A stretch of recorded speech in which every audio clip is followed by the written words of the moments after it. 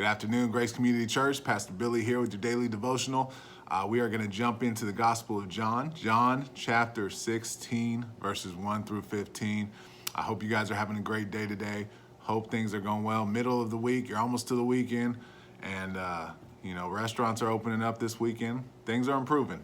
Let's look on the positives, right? Hopefully, we're that much closer to being back in our building together. And as we have more information, I'm going to let you know about some of those things. But let's get into the devotional today. John chapter 16, verses 1 through 15. Let's read.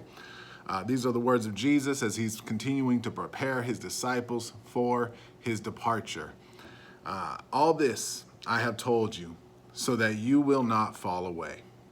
They will put you out of the synagogue. In fact, the time is coming when anyone who kills you will think they are offering a service to God.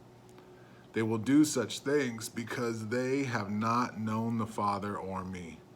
I have told you this so that when their time comes, you will remember that I warned you about them.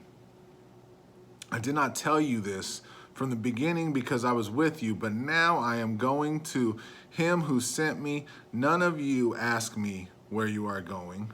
Rather, you are filled with grief because I have said these things. But very truly I tell you, it is for your good that I am going away.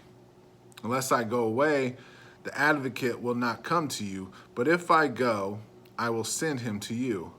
When he comes, he will prove the world to be in the wrong about sin and righteousness and judgment.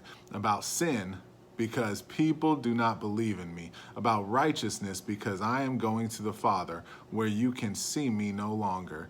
And about judgment, because the prince of the world now stands condemned. I have much more to say to you, more than you can now bear. But when the Spirit of truth comes, he will guide you into all the truth. He will not speak on his own. He will speak only what he hears, and he will tell you what is yet to come. He will glorify me because it is from me that he will receive what he will make known to you. All that belongs to the Father is mine. That is why I said the Spirit will receive from me what he will make known to you. So Jesus, remember yesterday, he was telling the disciples not to be surprised that people hate them because of him, because of Jesus. And now he says, I've told you all this, so basically that you'll be prepared. And he's telling them what to expect in the future. He tells them they're going to be kicked out of the synagogue. In fact, in the future, he says anyone who would kill you would be thinking they would be doing something for God, actually. They think it was a good thing. He would talk about this, and we see this come to happen in the book of Acts. If you read the book of Acts, we see this exactly happening as the disciples are sharing the gospel and sharing who Jesus was with people. They become a threat, and they begin to put them in prison, and they begin to persecute them and beat them and all sorts of things that the disciples had to go through. We see what Jesus was saying happen. And he goes into furthermore discussing the Trinity. And really, this was what I was stuck on today, just thinking about and really praying about, and this understanding of the Trinity. And when we think about it, sometimes I think it's more than our brains can really comprehend. I think that's why it confuses people, because we say God is 3 in 1, and Father, Son, and Holy Spirit. Well, how can God be 3 in 1? A person can't be 3 people, right? 3 different people.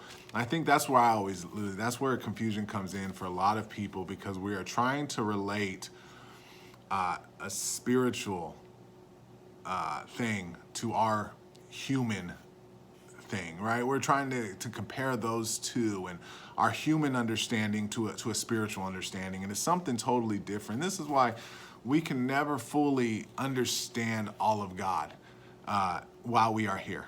Now, one day we'll be with him in heaven, and it says that at that time all things will be known to us. We'll know, we'll have understanding at that point. But I believe while we are here in this world and in this flesh, that we have limited understanding of God and who he completely is, and complete understanding of the dynamics of God. And so when we stay 3 in 1, to understand where Jesus is saying this, he's been saying this the whole time, that he only speaks what the Father would tell him to speak. And then now here, he's saying that the Holy Spirit was going to come. Again, referencing the Holy Spirit come. He says, it's for your good I am leaving. Because the Holy Spirit will come, the advocate will come. And he goes in verses 13 through 15. He said, when he, the Spirit of truth comes, he will guide you into all the truth. So saying the Holy Spirit's going to guide unto all truth. He will not speak on his own. He will speak only what he hears, and he will tell you what is yet to come. He will glorify me because it is from me that he will receive, and he will make known to you. And so then now he's saying, before he was always saying Jesus only spoke what the Father had made known to him. He only spoke what the Father told him. Now he's saying the Holy Spirit will speak to us what Jesus makes known to the Holy Spirit. And then he said, all that belongs to the Father is mine. That is why I said the Spirit will receive from me what he will make known to you. And so you have this, you see the Trinity right there in verse 15 and how it comes into play. And he said everything that belongs to the Father is his. And that's why he said the Spirit will receive from him and he will make it known to us. And we see this dynamics, and I don't know, this morning when I was reading this, it was really just kind of blowing my mind a little bit as I was reading this and the dynamics of this and how the Father, the Son, and the Holy Spirit just move in unison and just their connection that they have in trying to completely understand God. It's something I desire to so much, and just understand his ways and understand his fullness in this, and the Father, Son, and the Holy Spirit, and the different dynamics in it. And something that, for me personally, I want to continue to grow it, and I hope you do too, understanding this Trinity and God and the different natures and the different characters of each of the Father, Son, and the Holy Spirit. Takeaway today is, as I was reading this as well, Jesus started out this chapter by telling them, I've told you this so that, he said that all this I have told you so that you will not fall away. And he tells them all this bad news. In previous chapter, he ended by telling them all this bad news. And there's a saying out there, and I heard it recently, and so this is why it's probably fresh in my mind, and that, God will not give you more than you can handle. And that's just not true, because sometimes I feel like there's more than I can handle that I'm given. And I think that's true for a lot of us. We have more than we can handle sometimes. The correct thing would be that God can't give you more than God can handle, because God can handle anything. And so it's not that God won't give you more than you can handle. You'll get more than you can handle. And if you try to handle it by yourself, you won't be able to. And he was telling the disciples this. I think this is why I'm saying this, is because he was telling the disciples all the stuff, they're going to be kicked out of synagogues, all these things that were going to come at them. People would be thinking they were doing God's work by killing them, all these things. That really should be scaring them. But then he reminds them that it's for their good that he is going, because he was going to send the Holy Spirit.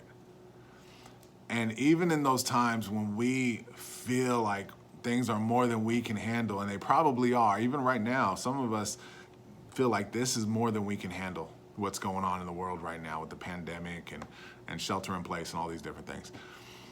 I want to remind you that it's not more than God can handle. And I want to remind you that we have the Holy Spirit with us again. We talked about it last week, I believe, how blessed are we that we have the Holy Spirit with us.